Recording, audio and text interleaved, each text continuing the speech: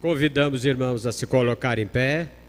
Nós vamos proceder à leitura do texto sagrado que servirá de base para a mensagem desta noite. Evangelho segundo Lucas, capítulo 17, versículos 11 a 19. Evangelho segundo Lucas, capítulo 17, versículos 11 a 19. De caminho para Jerusalém, passava Jesus pelo meio de Samaria e da Galileia. Ao entrar numa aldeia, saíram-lhe ao encontro 10 leprosos, que ficaram de longe e lhe gritaram, dizendo: Jesus, mestre, compadece-te de nós.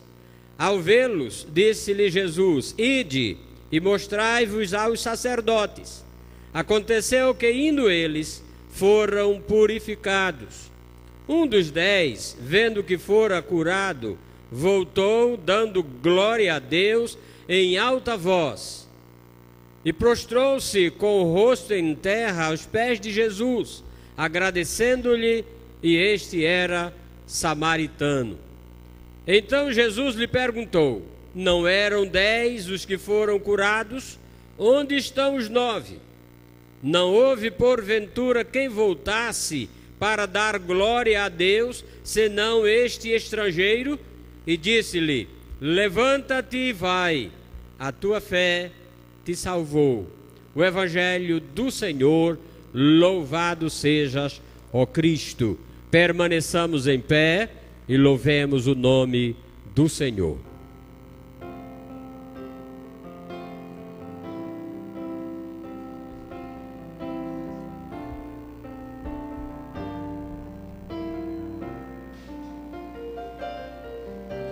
Seja engrandecido, ó Deus da minha vida, Tu és o Deus da minha salvação. És a minha rocha, a minha segurança, meus lábios sempre Te exaltarão.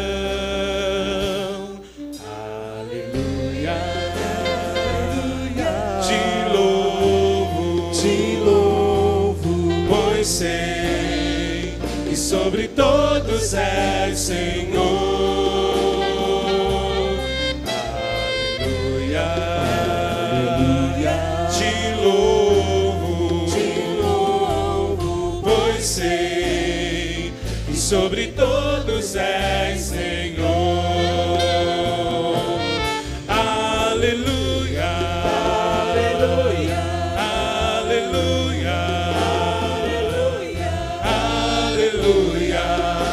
Louvemos ao Senhor. Aleluia, aleluia, aleluia.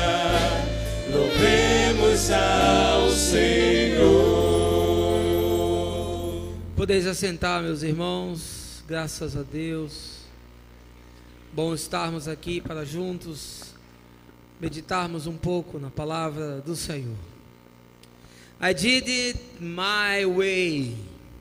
Eu fiz do meu jeito. My Way é o título em inglês da canção francesa Comme d'habitude, de Claude François, eternizada na voz de Frank Sinatra, e que veio a se tornar um dos seus maiores sucessos, junto com New York, New York. Ela foi gravada em 1968 com adaptação do produtor e músico Paul Anka, que aproveitou da música original apenas a melodia.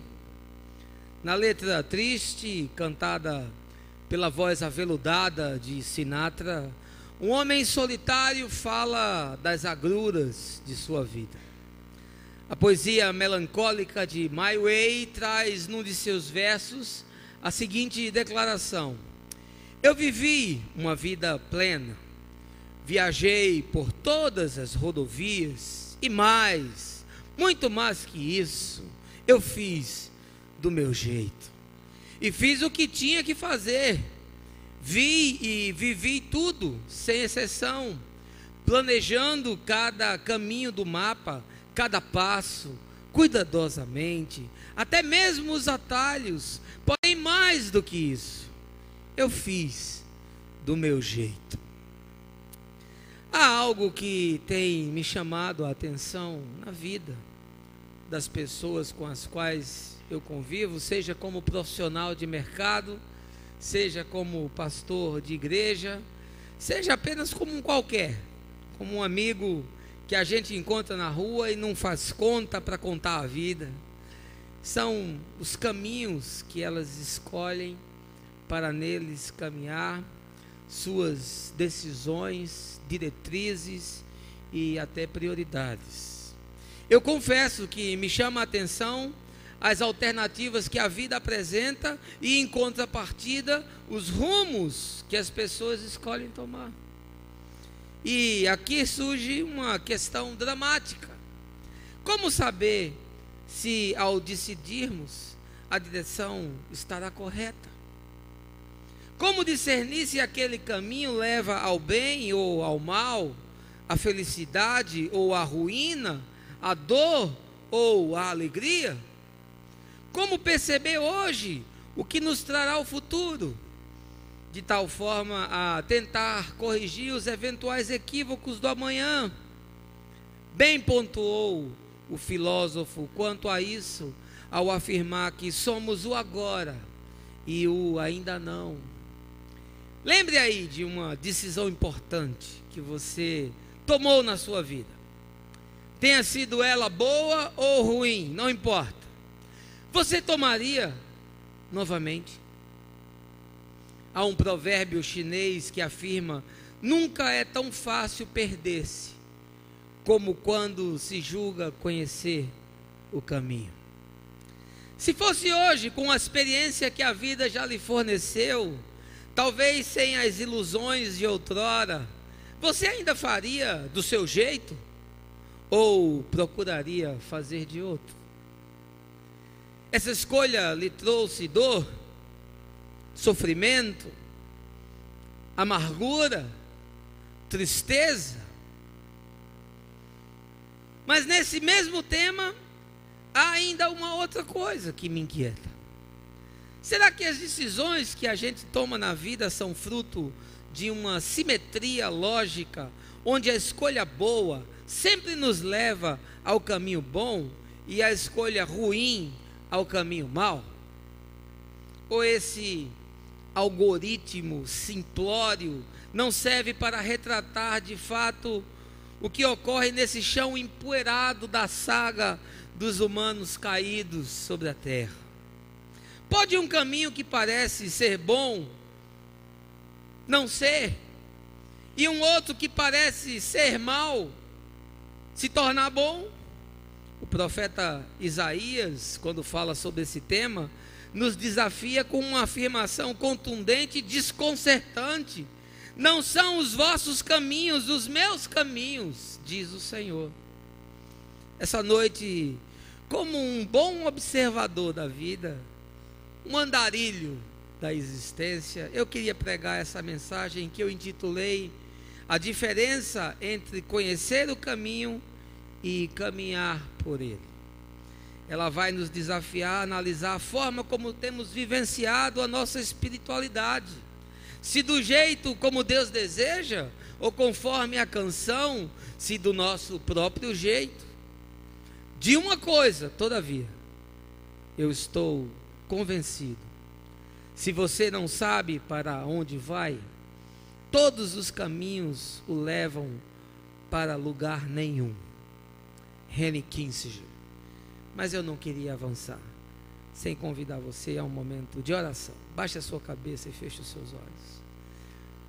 Pai, expostos à tua palavra, que a tudo discerne e traz luz sobre as intenções do nosso coração, nos rendemos essa noite, pedindo que o teu Espírito prescrute o mais íntimo do nosso ser e revele as nossas motivações, de tal forma que possamos fazer as correções devidas, possamos caminhar em caminhos de justiça, para que, Senhor, a tua graça se manifeste através de nós, para que a fé que afirmamos ter em Jesus se desdobre em atos de justiça, que abençoe não só os que conosco estão, mas a todos quanto a nós se achegarem. Dá-nos a tua paz, com o perdão dos nossos pecados, por Cristo o nosso Senhor. Amém. Meus amigos e minhas amigas, meus irmãos e minhas irmãs, quando eu leio esse texto que há pouco nós refletimos de Lucas, eu me deparo inexoravelmente com uma questão que para mim é bastante intrigante. E ela é a seguinte: por que aqueles leprosos não foram curados instantaneamente? E isso tem um fundamento, é que a grande maioria dos milagres que Jesus realizou, além de serem acontecimentos extraordinários, foram imediatos, foram instantâneos. Por que não se deu com eles, por exemplo, o que se passou com o cego Bartimeu, que estava na entrada de Jericó e foi curado instantaneamente?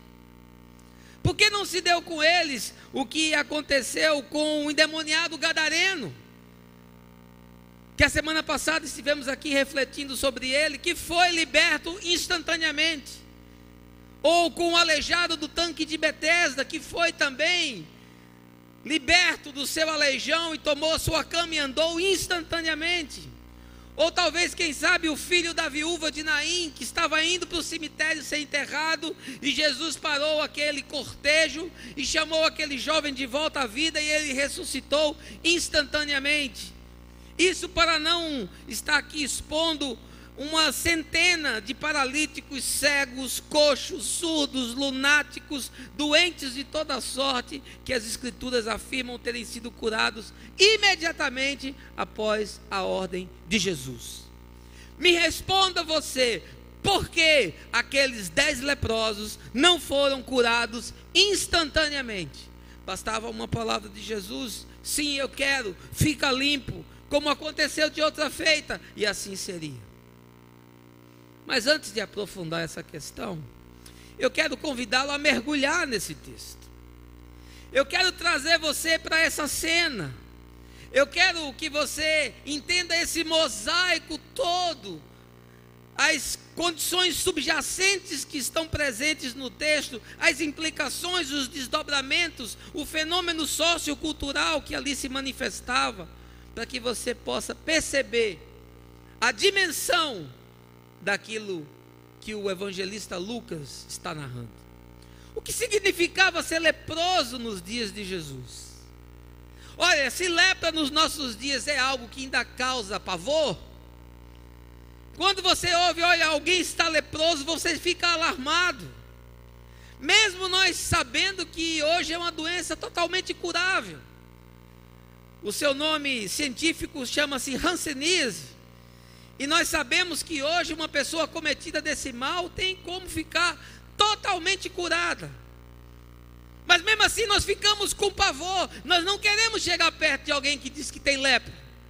Nós temos medo. Nós não queremos nos aproximar, porque é uma doença degenerativa, uma doença terrível. Agora imagine isso há 2000 anos atrás. O leproso nos dias de Jesus era alguém segregado, expurgado da existência, exilado da vida social, política, familiar e religiosa. Por exemplo, do ponto de vista do sagrado, eles eram considerados inaptos ao culto. Ou seja, eles eram cerimonialmente impuros. Não podiam entrar no templo, não podiam sacrificar, não podiam ir à sinagoga, não podiam se sentar para ouvir a leitura do livro, não podiam fazer qualquer ato litúrgico ou de fé. Eram considerados expurgados, exilados do convívio. Quando um leproso se aproximava de uma pessoa, ele era obrigado a certa distância a advertir aquele que vinha gritando o seguinte: imundo! Imundo! Imagine o que acontece com a psique de um ser humano, com a sua alma, introjetando essas questões, vendo-se como alguém que não só se deteriora do ponto de vista físico, mas se desconstrói do ponto de vista psíquico e emocional. Ele se via imundo, se sentia imundo. Não havia detergente nessa terra que pudesse lavá-lo, que pudesse restaurá-lo, que pudesse colocá-lo novamente numa posição de dignidade. A vida de um leproso nos dias de Jesus tornaria um mendigo do nosso tempo um príncipe. O lugar onde o leproso morava tornaria o mendigo dos nossos dias, mesmo aquele que está debaixo do viaduto, mesmo aquele que está debaixo da marquise, morando num hotel 5 estrelas. As aldeias de leprosos eram lugares insalubres, eram lugares sem nenhuma higiene, porque eram lugares fétidos, porque a carne da pessoa apodrecia, e ali se tornava uma ferida purulenta misturada com sangue. As vestes dos leprosos eram trapos. Eu às vezes penso que quando Isaías fala que as nossas obras são trapos de imundícia, ele está pensando e tendo como imagem a figura do leproso. Era um lugar que ninguém visitava, ninguém ia, porque era um lugar horroroso, era um lugar fétido, era um lugar que tinha cheiro de morte, era um lugar que tinha gemido, era um lugar que tinha agonia, e as pessoas ali iam morrendo, definhando. A única coisa com a qual elas sonhavam era com a morte. O maior presente que um leproso podia ganhar na vida era morrer precocemente. A deformidade não era só física, era moral, era emocional e era espiritual. Quando a doença alcançava alguma pessoa, ela era levada ao sacerdote, e o sacerdote, após fazer um exame e declarar aquela pessoa leprosa, tudo que ela havia construído na vida desaparecia. Se ele era casado, perdia a esposa. Se ela era casada, perdia o marido, perdia os filhos, perdia a família, perdia as posses, perdia a posição, perdia o status quo, perdia a profissão, perdia absolutamente tudo, perdia o chão, perdia a vida. Agora, imagine alguém numa situação como essa, vivendo numa aldeia, num estado de agonia constante, de aflição, de dor e de desespero. Agora eu quero convidá-lo a voltar ao texto, porque é diante desse cenário e dessas pessoas que Jesus se encontra. Essa é a cena, esse é o mosaico, esse é o cenário, esse é o contexto. E aqueles homens, eles conheciam os preceitos do sagrado, as liturgias, as tradições, porque na verdade eles tinham sido vitimizados pela religião. A religião que mata, que segrega, que aliena, que exalta a fixidez da letra em detrimento da encarnação da misericórdia, que faz a barganha com o sagrado, que promove o encontro de contas entre a divindade e a humanidade. E eu fico pensando, que coisa atual. Eis aí estão os 10 leprosos. Eles já haviam feito o caminho do exílio, já haviam sido banidos, condenados, perdido e abandonado tudo. Carregavam em si a dor de uma história, de uma existência. Mas agora algo acontece. Porque quando eles menos imaginam, Jesus está entrando na sua aldeia. E Jesus é o único que pode lhes restaurar a dignidade e a possibilidade da vida. E eles gritam em alta voz: Mestre, tem compaixão de nós. E o que faz Jesus diante disso? Aproxima-se daquela gente. Era o encontro de uma vida, era o momento esperado por uma existência inteira, era a única e talvez a última chance que eles teriam. E Jesus sai com uma afirmação desconcertante: vão e se mostrem ao sacerdote. Olha, porque Jesus mandou fazer isso? Porque simplesmente ele não declarou que eles fossem curados e pronto. Jesus manda que aqueles homens voltem para o sacerdote diante do qual ele um dia estiveram. A mesma pessoa. Foram avaliados, sumariamente condenados, banidos do convívio, e agora eles vão voltar pelo mesmo caminho, um caminho que eles conheciam melhor do que ninguém, e isso com vistas a serem curados. Eu não sei você, mas a situação para mim me parece absurda. Pelo menos numa exegese assim simplista, numa leitura corrida, numa avaliação despretensiosa. Aqueles homens conheciam o caminho, sabiam de suas implicações e desdobramentos, mas eu quero lhe dizer uma coisa essa noite. Uma coisa é você conhecer o caminho, a outra totalmente diferente é você caminhar por ele, e isso na perspectiva de Jesus Cristo. Amém, queridos? Eles conheciam o caminho, mas a partir da perspectiva humana, terrena, imperfeita, injusta, perversa, egoísta, segregadora, condenadora. Mas ainda não haviam experimentado andar pelo caminho que se faz do caminho, ou seja, dentro de todo caminho há um caminho proposto por Jesus, que é o Evangelho. E só a partir desse caminho é que eu e você podemos ter a nossa existência ressignificada, de tal maneira que nossa narrativa pessoal ganhe propósito e significado.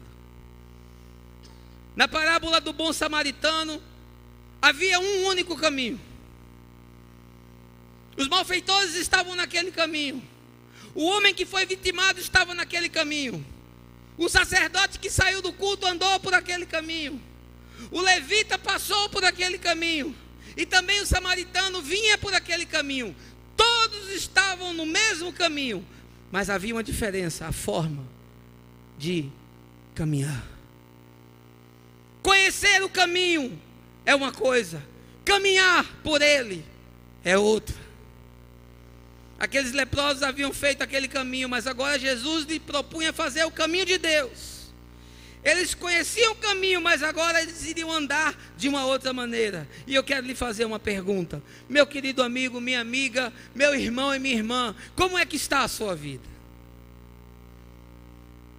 Você já conhece o caminho? Talvez se eu perguntar para você qual é o caminho, você diga assim para mim: Jesus é o caminho. Mas será que essa sua resposta é uma resposta teórica? Será que essa sua resposta é o resultado do seu entendimento? Ou é fruto da sua experiência, da sua caminhada, da história que você está construindo com Deus? Quem sabe você conhece os preceitos, você conhece os ritos, você conhece as liturgias, os códigos, já está há muitos anos na igreja, nada do que eu estou falando é novidade para você, você já ouviu 10 mensagens sobre esse tema, mas há uma questão que faz toda a diferença, é que conhecer o caminho é uma coisa, e caminhar por ele é outra. E eu gostaria, a partir desse texto, de lhe demonstrar isso, se você assim permitir.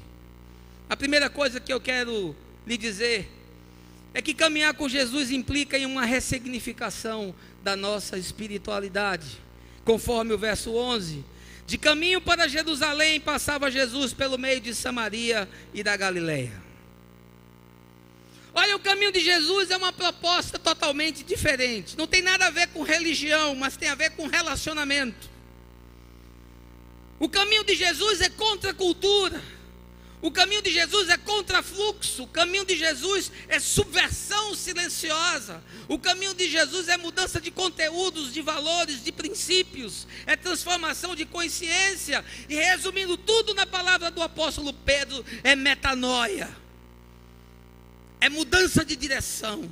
É transformação do padrão para outro. Gosto quando Aristóteles afirma que a sabedoria está sempre no centro. E o curioso nesse texto é que Jesus passa no centro entre duas regiões, Samaria e a Galileia. E aqui eu quero que você faça uma abstração da questão geográfica e territorial, porque na minha percepção, esses dois lugares são dois arquétipos. eles projetam 2 modelos de espiritualidade, que era comum naquele tempo e também é comum no nosso. O primeiro modelo é o modelo da espiritualidade baseada em Samaria. Os samaritanos eram um povo que tinham construído a sua própria religião, tinham feito o seu próprio Deus, tinham construído o seu próprio templo, eles liam os seus próprios escritos, eles eram brigados com os judeus e por terem sido segregados, criaram para si uma religião própria. Os teólogos chamam esse fenômeno nos nossos dias de self-made religion, a religião feita sob medida, a religião self-service. É aquela religião que você adota porque ela se acomoda às suas demandas, ela lhe atende os preceitos.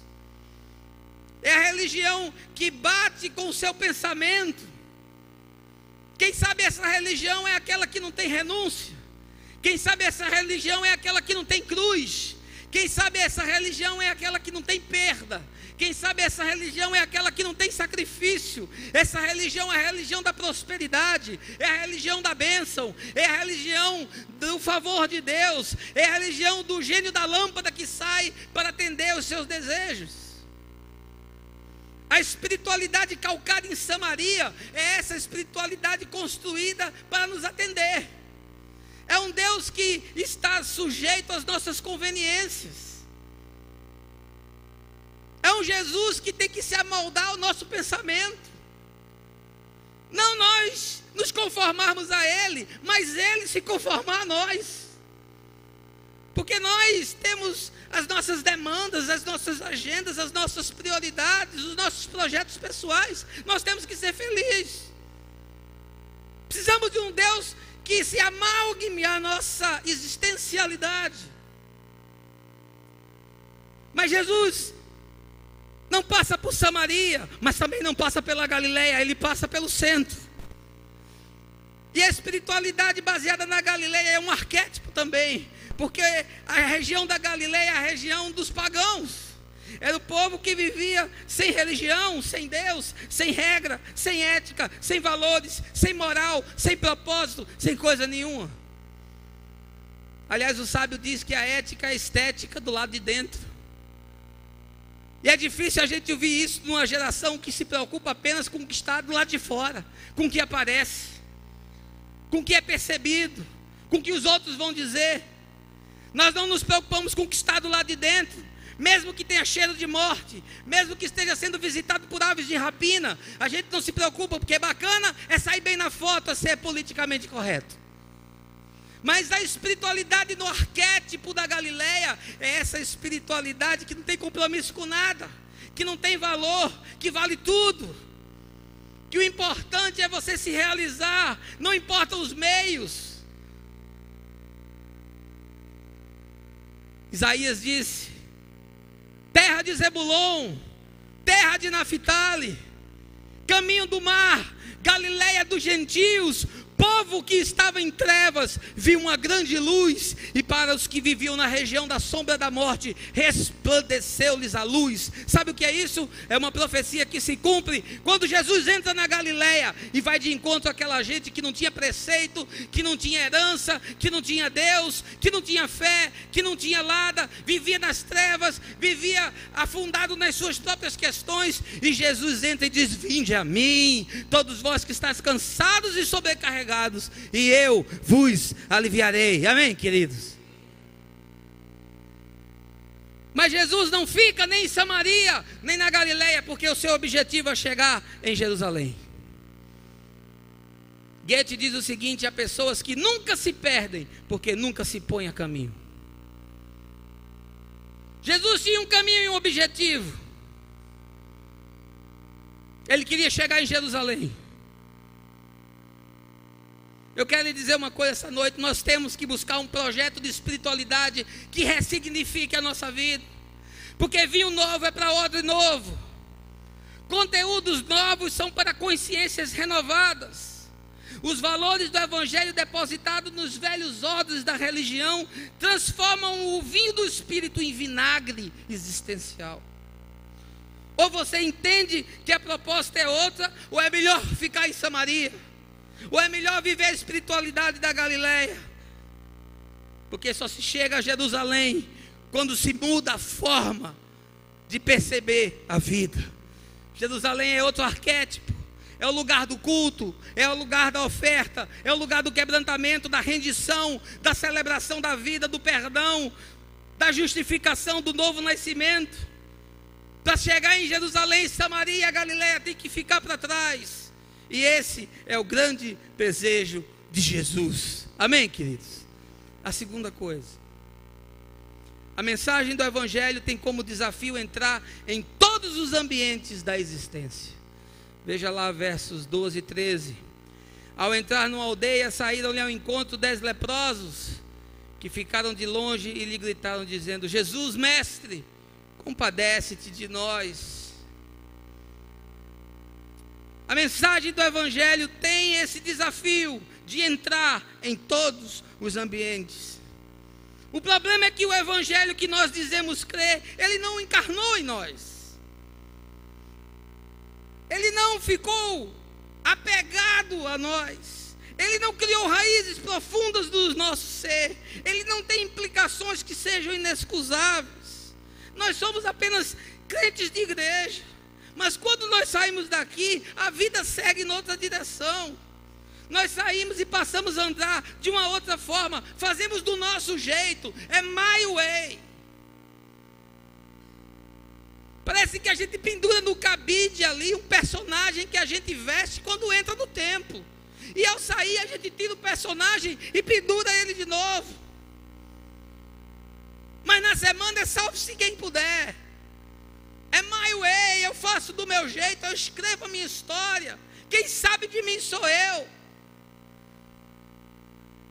Mas o Evangelho tem que entrar em todos os ambientes. E aqui cabe perguntar: o Evangelho já entrou na sua casa, meu irmão? Mas de verdade mesmo?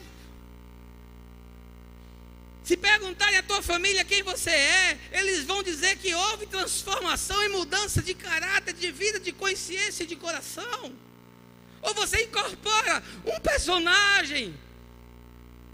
O Evangelho entrou já nos teus negócios? O cara diz: não, eu entreguei a Jesus o meu coração, mas os meus negócios eu não entrego a Ele não. Ah, Jesus, fica de fora do meu negócio, que aqui a gente tem os negócios, tem uns mutretas, tem uns arrumados. Você não vai gostar muito disso não. Faz o seguinte, fica de fora.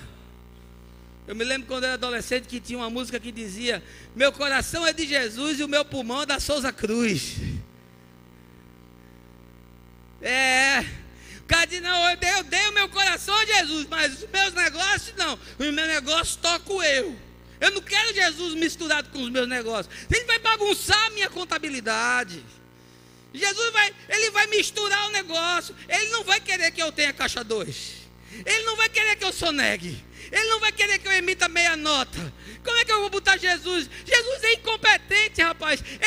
Jesus entende de religião, de salvação. Eu não vou levar Jesus para minha empresa.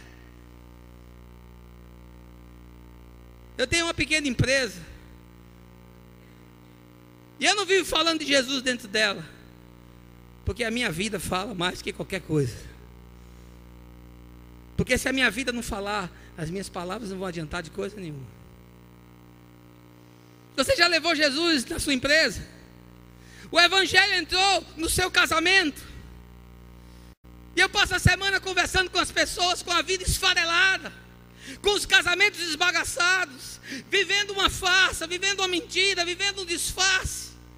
E aí chega no ECC, vamos para lá cantar, dizer que Jesus é bom, aceite Jesus, Ele vai mudar a sua vida. Será mesmo? Mudou a sua? Será que não está na hora de você sentar e rever isso? Será que não está na hora do Evangelho entrar mesmo no seu casamento e fazer diferença, e fazer mudança?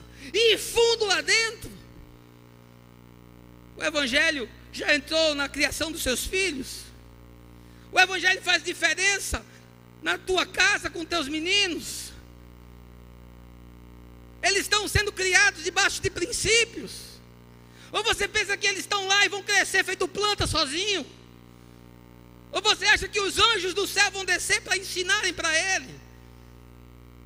Quando a palavra fala sobre retransmitir aos filhos os valores, ele diz: olha, anda com teu filho, e vai citando a palavra para ele, vai ensinando enquanto caminha. Se teu filho olhar para a tua vida, você é inspiração para ele. O evangelho entrou nisso. O evangelho entrou nas tuas relações. O evangelho vai com você na roda de bar. O evangelho vai com você no passeio de bike. Ele está lá, teu testemunho na tua vida. O evangelho vai com você no shopping. Ele vai com você na boutique, na compra, na reunião das amigas, no chá da tarde. O evangelho entrou, porque se não entrou, tem alguma coisa equivocada, porque o chamado de Jesus é para que entre em qualquer ambiente. Era aldeia de leprosos, ninguém entrava ali, mas o evangelho foi lá, entrou para fazer diferença. Amém, queridos? O evangelho é para todas as circunstâncias da vida. Não é apenas para ser teorizado na igreja, não. Não é para ser vivido durante 2 horas de culto, não. Ou no final de semana de movimento, não. Depois a gente guarda a fantasia, porque tudo vira sombra, silêncio e solidão. Ou o evangelho encarnado em mim e em você, nas nossas atitudes e em nossas ações, entra em todos os ambientes. Ou então é melhor a gente brincar de outra coisa. Vamos levar Deus a sério. Gosto dessa frase de Frank Clark: se você encontrar um caminho sem obstáculos, provavelmente ele não leva a lugar nenhum. E Jesus diz: quem comigo não ajunta, espalha. Meu amigo, se a sua vida cristã não enfrenta obstáculos, se você não é perseguido por amor ao evangelho, se você não tem confrontos e às vezes até embates, situações difíceis de lidar, porque Jesus disse: eu vim para trazer divisão, e vim para causar dificuldades ao homem dentro da sua própria casa. E às vezes nós temos dificuldades na nossa própria casa, porque o pai, porque a mãe, porque o tio, porque a avó, porque o filho não entende a experiência que nós tivemos. Mas o evangelho tem que entrar nesses ambientes, porque quando ele entra, ele muda. Amém, gente? Em terceiro lugar, eu quero lhe dizer que o processo de transformação só se evidencia na vida daqueles que estão caminhando no caminho. Verso 14: ao vê-los, disse-lhes Jesus: ide e mostrai-vos aos sacerdotes. Aconteceu que indo, eles foram purificados. Eu leio o texto e fica a inquietação: por que não foram curados na hora? Por que tinham que ir se mostrar aos sacerdotes? Por que tinham que voltar aos ditames da lei? Por que tinham que voltar aos preceitos da religião? Por que tinham que beber o vinho velho? Por que tinham que andar na estrada pela qual já tinham sido massacrados? E eles foram por aquele caminho da religião, mas havia algo diferente no coração deles dessa vez. Eles foram atrás do sacerdote, mas havia uma coisa que girava ali dentro. Havia um fogo que queimava. Havia uma fé que havia sido despertada. Havia uma certeza de que alguma coisa ia acontecer. E enquanto eles foram caminhando, o caminho era o mesmo, mas da mesma forma era totalmente diferente. A religião prescrevia, conforme o livro de Levítico, por intermédio de Moisés, que o leproso tinha que ser avaliado pelo sacerdote. E durante uma semana ele era avaliado e ficava exilado, num local sem contato com ninguém. Depois ele voltava, o sacerdote avaliava ele todinho. E aí mandava de volta ele mais outra semana. E só então ele voltava novamente. E aí o sacerdote avaliava. E se não houvesse mais nenhuma mancha, nenhuma mácula, nada, ele então era declarado limpo e podia voltar ao convívio social. Mas o fato é que antes deles chegarem ao sacerdote, antes dele cumprir esse ritual, antes que a religião ganhasse o significado que não tinha e a importância que não lhe pertencia, para que se soubesse que Jesus era Deus, enquanto eles caminhavam, eles foram curados, aleluia. O cara está andando e de repente diz: rapaz, eu estava todo desmantelado, a minha mão estava toda carcomida, comida, o meu rosto estava todo deformado. Agora eu estou limpo, eu estou são, eu estou curado, eu estou liberto. E foi assim que se processou. E sabe por quê? Porque a cura brota como o sol que nasce pela manhã. Porque não raro a cura só se manifesta enquanto nós estamos caminhando. Porque a cura nasce quando estamos no caminho. Nós fazemos o caminho e o caminho também se constrói em nós. A cura, a libertação, a restauração, a salvação, a santificação, tudo é um processo, vai acontecendo enquanto pela fé eu vou caminhando nessa estrada que Deus propõe para mim e para você. E mesmo que a lepra, que agora eu quero usar como alegoria no significado de pecado, ainda esteja no meu corpo, e mesmo que ainda apareçam deformações em meu caráter, e mesmo que eu ainda repita coisas que eu abomino, porque Paulo diz: eu não faço o bem que quero, mas o mal que eu odeio é esse que faço. Você não é mais a mesma pessoa, creia nisso, porque o encontro com Jesus mudou o seu eixo existencial, e o Espírito Santo que agora habita em você, fala no seu coração: as coisas velhas já passaram, tudo se fez novo. Amém, gente? Mas pastor, eu vivo caindo sempre no mesmo problema. Pastor, eu vivo sempre enfrentando a mesma dificuldade. Pastor, eu vivo sempre enredado com o mesmo pecado. Não desanime, não desista, porque enquanto você estiver na carne e vivendo na carne, você vai conviver com esse espinho, você vai lutar contra a sua natureza. Mas saiba de uma coisa, que mesmo que o seu homem exterior esteja se corrompendo de alguma maneira, o seu homem interior está sendo renovado na face de Cristo, e o Espírito de Deus está conformando você com Jesus, e tratando do teu caráter, e esculpindo em você algo novo, porque o oleiro pegou o vaso, quebrou e disse: vou agora fazer desse vaso um vaso para a minha glória, diz o Senhor. Amém. Mas há uma questão. Dos 10 leprosos, 9 voltaram a ser o que eram. 9 seguiram o caminho da religião. Voltaram aos preceitos antigos, aos rudimentos da lei. Colocaram um remendo novo num vestido velho. Foram para o sacerdote, foram se apresentar, mesmo estando curados, mesmo discernindo que aquilo havia sido um milagre, mesmo sabendo que havia sido Jesus quem havia operado aquilo. Eles preferiram buscar o caminho da religião. E assim nós fazemos também. Nós abandonamos as verdades que trazem vida e insistimos em viver uma vida de religião, a religião que mata. Ah, meu Deus, quanta gente atrás de sacerdote, quanta gente correndo atrás de profeta, de apóstolo, dos figurões do mundo evangélico, esses intermediários do sagrado, gente que pensa que o poder está no pregador e não na pregação, que se ilude, gente que tem uma fé infantilizada, gente que é levada por vento de doutrina, espoliada, e começa a pagar para receber bênção. E tem que ir na corrente dos 318, e tem que tomar água do Jordão, e tem que pegar flor ungida, e tem que pegar uma lasca da cruz, e tem que fazer isso, e tem que entrar na campanha, e tem que ir na reunião do desencapetamento total, e tem que ir lá na semana de cura e não sei de quê, e o cara tem que pagar. É capaz de você já entrar e já ganhar um boleto na entrada. Quero dizer uma coisa essa noite: nada mais precisa ser pago. Tudo já foi pago na cruz. E o preço que foi pago foi o sangue do Cordeiro. E ele disse: está consumado, está pago. Você está livre de hoje para todo sempre. E os que creem nisso digam amém. 9 leprosos voltaram para viver a mesma vida de antes.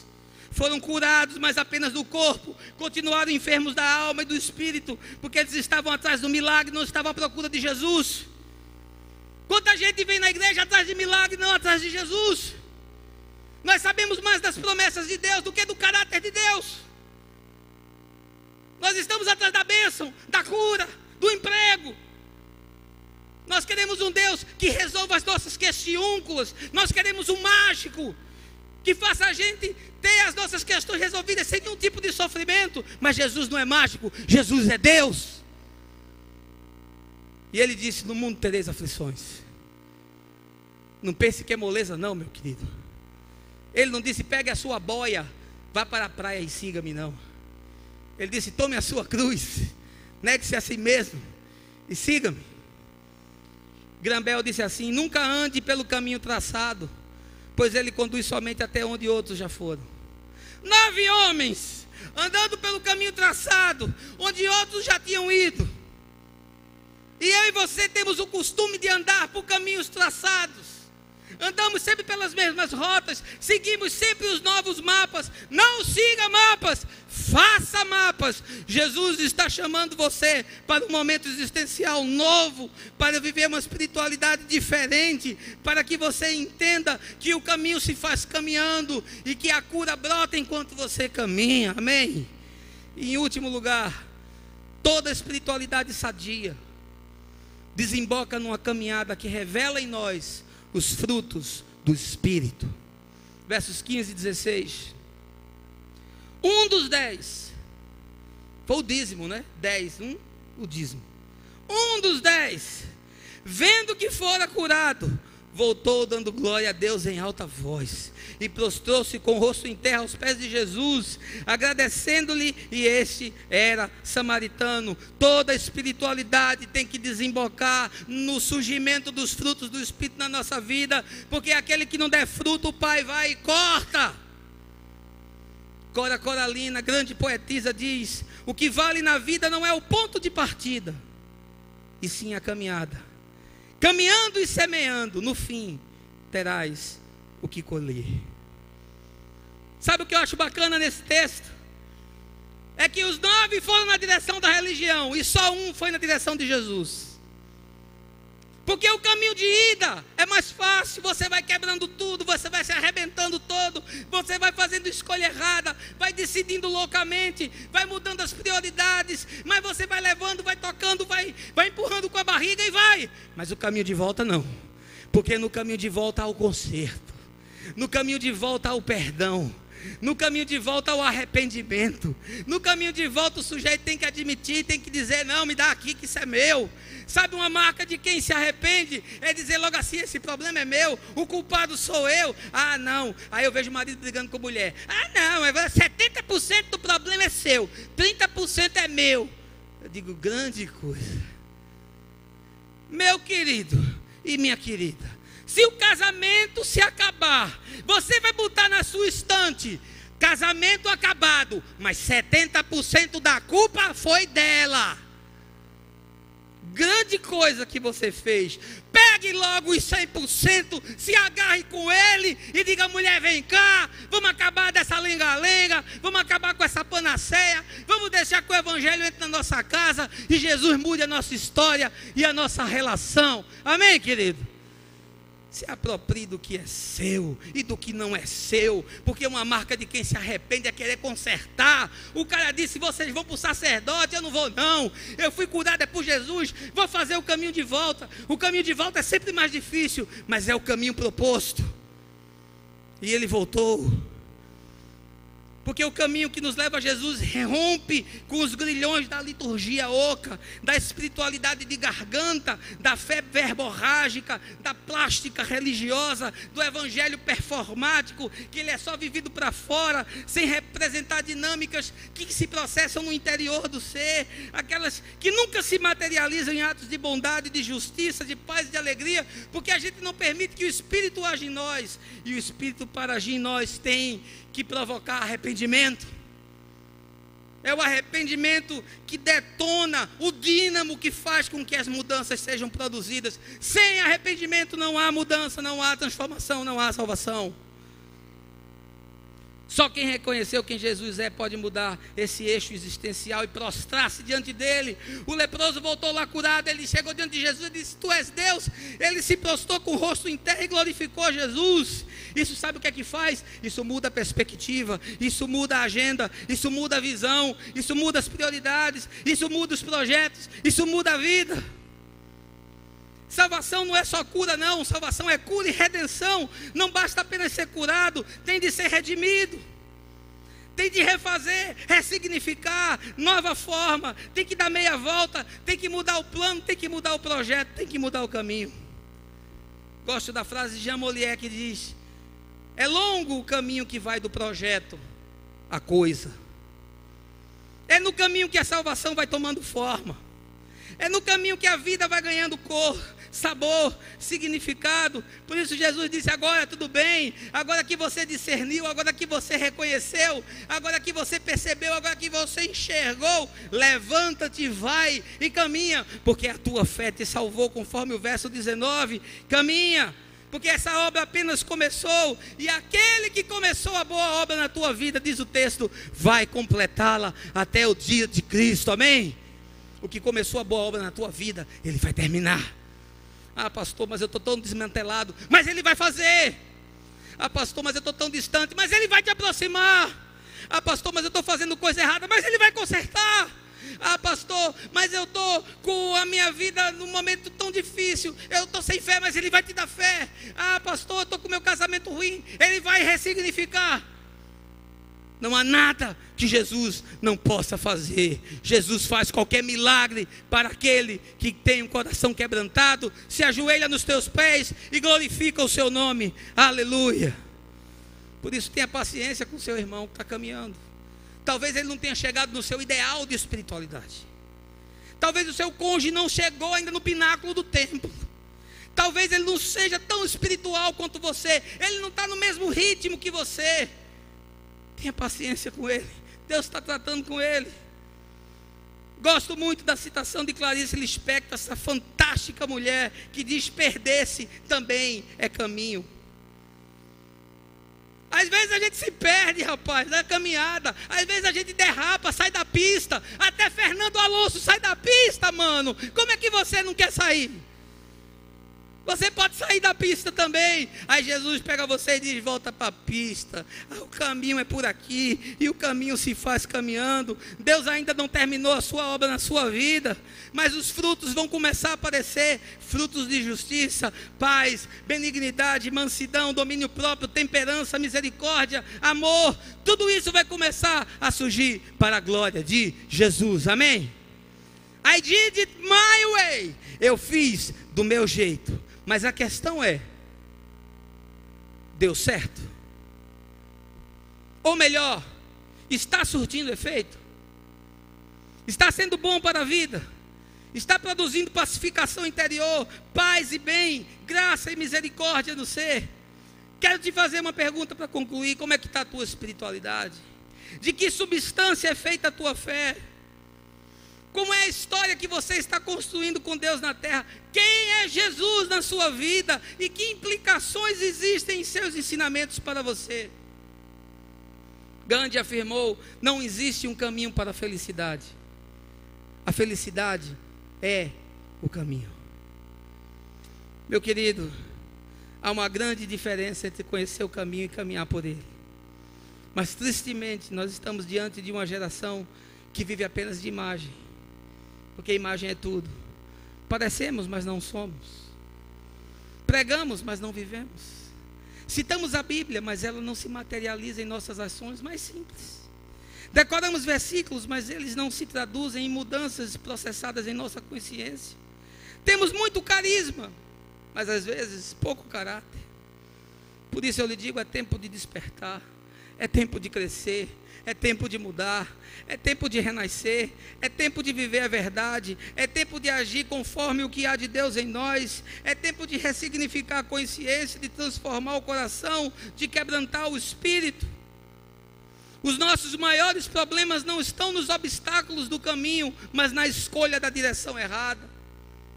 Diz Augusto Cury: chega de embuste, chega de falsificação, chega de disfarce, chega de estelionato religioso, chega de máscara. Que venha sobre nós a verdade e a justiça de Deus, para que sejamos cingidos com vestes de louvor, ao invés de espírito angustiado. Eu quero terminar com Fernando Sabino. Façamos da interrupção um caminho novo. Da queda, um passo de dança. Do medo, uma escada. Do sonho, uma ponte. Da procura, um encontro. Porque o caminho só se faz caminhando. E queira o Senhor que eu e você possamos sair daqui essa noite mudando a frase da canção My Way, de tal forma que ela fique da seguinte forma: I did it him way. Ou seja, eu fiz do jeito dele, não mais do meu. Baixe a sua cabeça, feche os seus olhos. Queremos fazer do teu jeito, não mais do nosso. Queremos andar na tua perspectiva, não mais na nossa. Queremos ouvir a tua voz, não outras que falam ao nosso ouvido. Queremos nos submeter à tua palavra. Queremos acatar o teu espírito em nós, para que frutos de justiça sejam gerados na nossa vida. Queremos abandonar a religião e encontrar o relacionamento que pacifica o ser. Faz isso em nós, Senhor. Cura-nos das nossas enfermidades. Renova-nos e restaura-nos. Por Cristo, o nosso Senhor.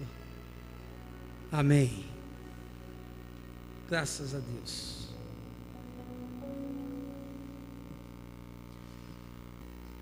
Abra o seu coração, entregue o seu dízimo e oferta, lembrando as palavras do Senhor: mais bem-aventurada coisa é dar do que receber, porque Deus ama a quem dá com alegria.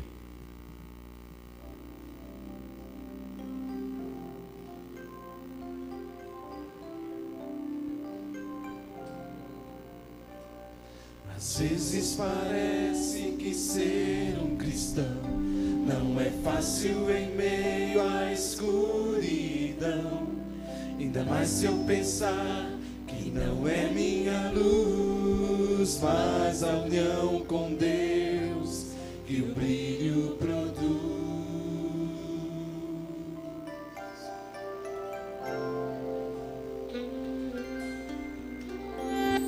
Às vezes parece difícil entender que o cristão é exemplo mesmo sem o querer. E por isso mesmo eu preciso orar para que Deus me ilumine e assim eu possa brilhar. Senhor, eu quero brilhar por Ti quando o mundo se apagar. Eu quero que através da minha vida alguém possa Te enxergar. Faze com que mesmo sem palavras eu fale do Teu amor. Eu quero brilhar por Ti, brilhar onde quer que for.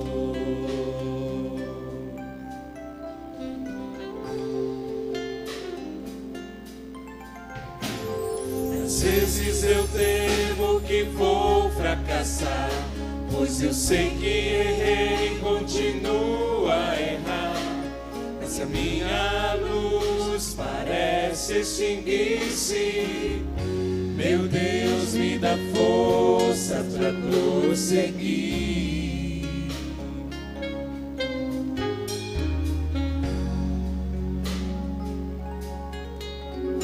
Não importa o quanto eu tente me esforçar, eu só posso vencer se Ele me ajudar. E é quando percebo meu esforço é vão, e o que devo fazer é segurar Sua mão. Senhor, eu quero brilhar por Ti quando